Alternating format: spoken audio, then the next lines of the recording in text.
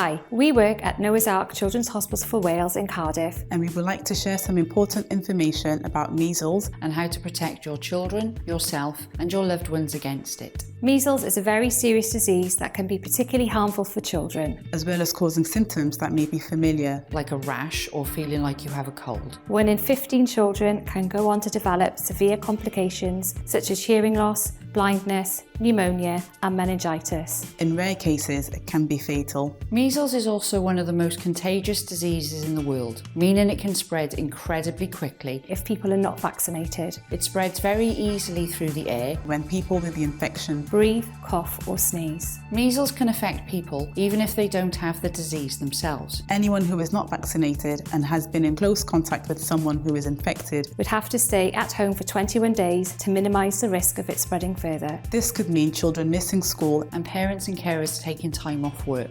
As there is no medical treatment for measles, vaccination is the best form of defence against becoming seriously unwell. The measles, mumps and rubella vaccine, or MMR for short, is offered in 2 doses by GPs to all children. The first dose is given at 12 months old and the second at 3 years and 4 months. Having both doses is important as this provides the best possible protection from the risk of serious illness from measles. It'll also protect vulnerable people around them who may not have had the vaccine. Some faith groups have concerns about the gelatin content in MMR vaccine. However, there are equally safe and effective MMR vaccine alternatives available which contain no pork products at all. Just ask your GP for more information. If you believe your child may not have had 2 doses of the MMR vaccine, it is never too late to catch up. Our community vaccination centres are offering MMR vaccines to children and adults without an appointment, and our community vaccination team are visiting primary and secondary schools to vaccinate children who have missed their routine appointments.